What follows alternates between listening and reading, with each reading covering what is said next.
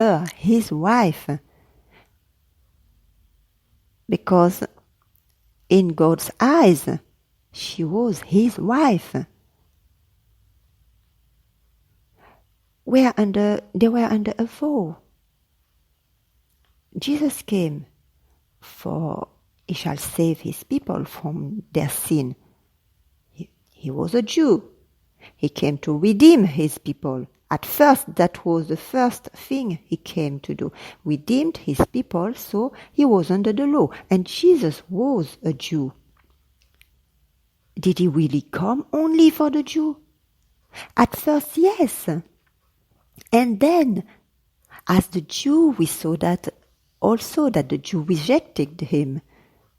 The high priest rejected him. But we see as well in this period, the Jew, there were some Jews that were saved. And we see the transition in the book of Acts 7, and the Gentiles were added. The early church,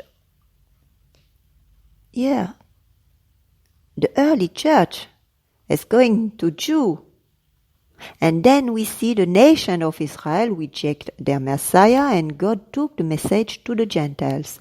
Let's jump in Titus 2:14, and we will say, who gave himself for us, that he might redeem us from all iniquities, and purify unto himself a peculiar people, zealous of good works.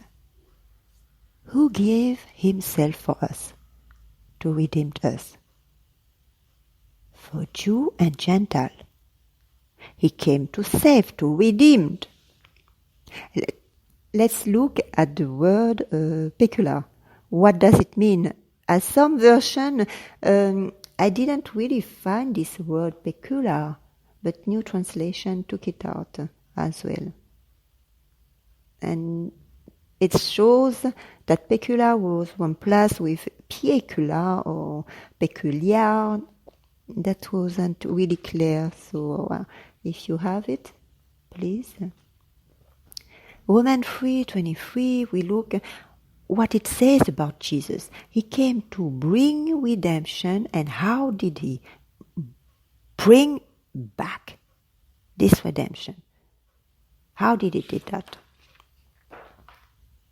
And he says by grace, yes, that we can receive the redemption. It is by grace. On the church age, salvation is by grace through faith. So it's all coming together from what we already know. Christ redeemed us through his shed blood. And we are saved by faith. By faith. Ephesians 1:7, we have redemption through his blood, even the forgiveness of sin.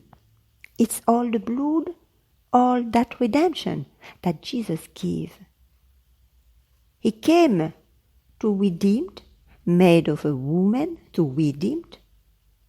And in John 1:17 we see, for the law was given through Moses, but grace and truth came or were given through Jesus Christ.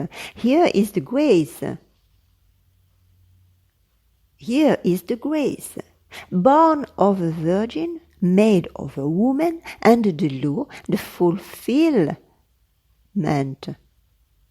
of the law, and to redeem and to adopt.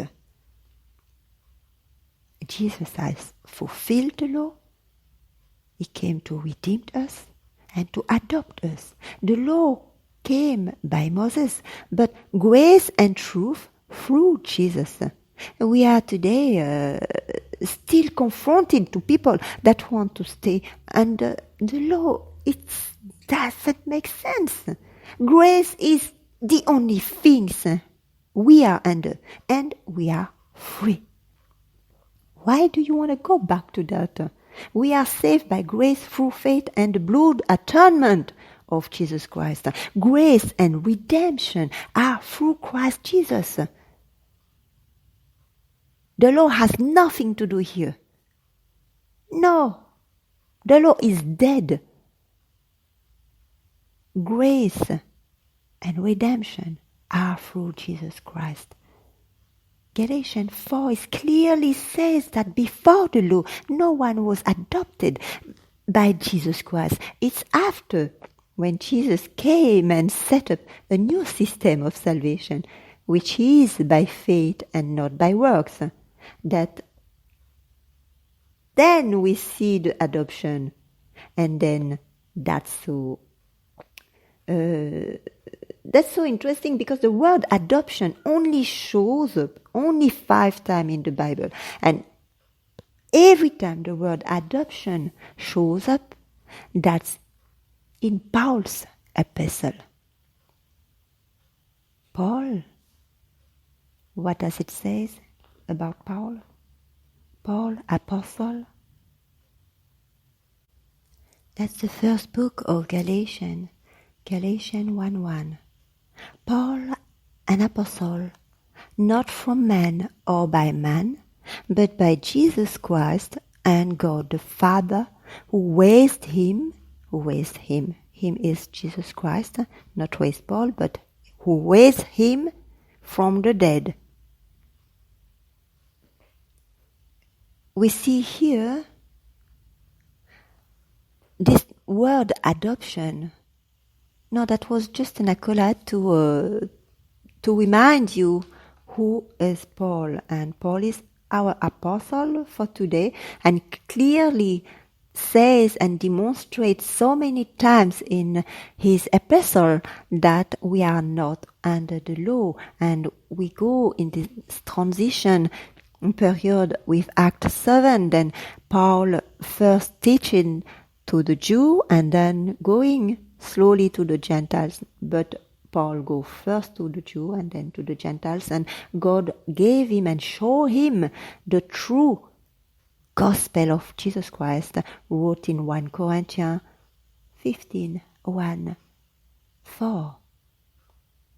Yes, because here Jesus came, as we see here again, the only adoption, the only things that he came to do. He came to redeem us and to adopt us.